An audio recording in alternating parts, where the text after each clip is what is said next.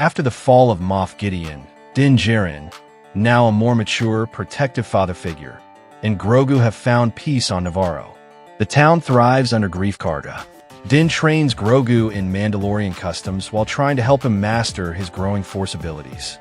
But beneath the peace, Din feels a lingering emptiness, like their purpose hasn't been fulfilled yet.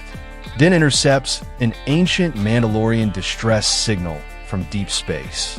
It references the Heart of Mandalore, a legendary artifact believed to have belonged to the first Mandalore.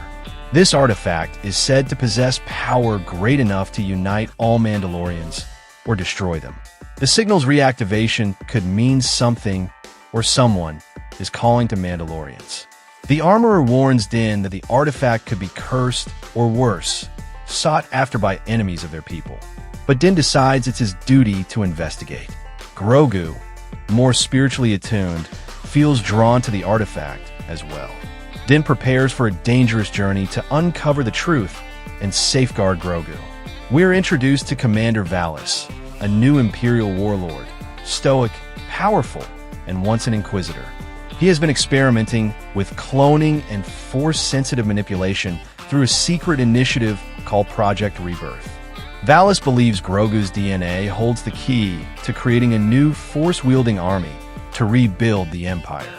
Din travels to reconnect with familiar allies, Bo-Katan, who's now trying to rebuild Mandalore politically, Ahsoka Tano, who warns that Grogu's growing Force signature is attracting a dark presence, and Carson Teva, who shares intelligence on Valis movements. Ahsoka senses Grogu's connection to something ancient and dark, something even she can identify. With a new ship, Razor Crest II, Din, Grogu, and a small crew, including a techie droid, a sniper named Valia, and a Mandalorian archaeologist named Krell, venture into wild space, where the distress beacon originated. This region is uncharted and full of cosmic anomalies and hostile remnants of the Empire. The crew lands on Karnath, a decaying world filled with the ruins of an ancient Mandalorian sect. Din discovers carvings and old journals speaking of the heart, and a ritual involving Force users. Grogu is drawn to a buried temple where a powerful energy seems to sleep. In the temple, Grogu meditates and experiences Force-induced visions. The fall of Mandalore, the Jedi Purge, his time at the Jedi Temple, and a new vision, a cloaked, red-eyed figure watching him. This figure might be a surviving Sith, or worse, something older from beyond the unknown regions. Krell, obsessed with Mandalorian glory, steals data about the Heart's location and contacts Valis, offering to trade the info in exchange for a place in the new Empire. Din realizes Krell's betrayal too late. They pursue Krell through asteroid fields, debris storms, and through a dangerous hyperspace jump.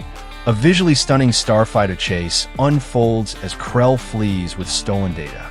Grogu uses the Force to stabilize the ship and protect Din during combat. The intensity of Grogu's powers startled Din, and Grogu himself. Din is forced to disable Krell's ship without killing him, proving how much he's grown morally. They track Krell's beacon to Morvac, an Imperial scrapyard turned fortress. There, Valis awaits. Bo-Katan and her fleet arrive to assist. A full-blown battle erupts. Valis confronts Din, revealing he once served Darth Vader and now wants to forge a new Jedi Order under Imperial rule, with Grogu as its core. Captured briefly, Grogu is tempted by Valis to embrace his power without limits. Valis shows him a future of strength and dominance. Grogu meditates and sees a vision of Yoda, Luke, and Din. He chooses compassion, balance, and his bond with Din over the promise of unlimited power. Din and Valis duel in a dramatic multi-level lightsaber versus darksaber battle. Valis is a brutal Force wielder, using telekinesis and dark side strength. Grogu intervenes at a key moment, using the Force to hold back a falling reactor to save Din, exhausting himself in the process. They finally uncover the heart of Mandalore, a massive Kyber crystal fused with Beskar. It's a relic, not a weapon, meant to channel Force energy and unify Mandalorian tribes through ritual and legacy. Bo-Katan sees it as a political tool, Din sees it as sacred and dangerous. Bo-Katan argues that the crystal can be weaponized to keep the galaxy in check and restore Mandalore's dominance.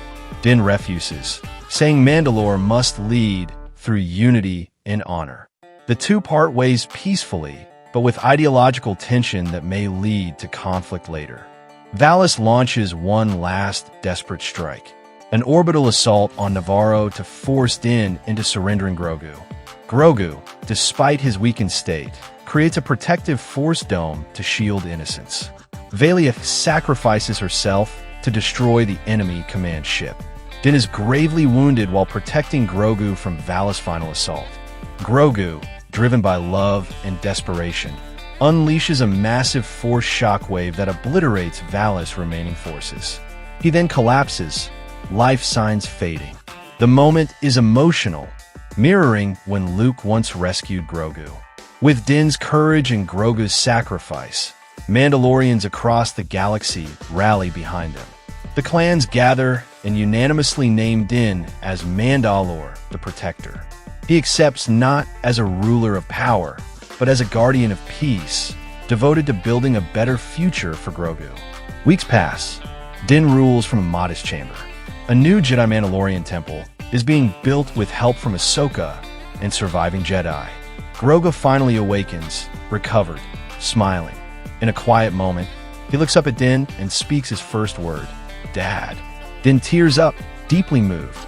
The film closes on the twin suns rising over a renewed Mandalore.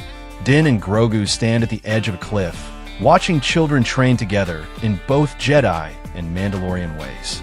But far away, in the unknown regions, a cloaked figure watches a star map, with Grogu's face glowing at the center.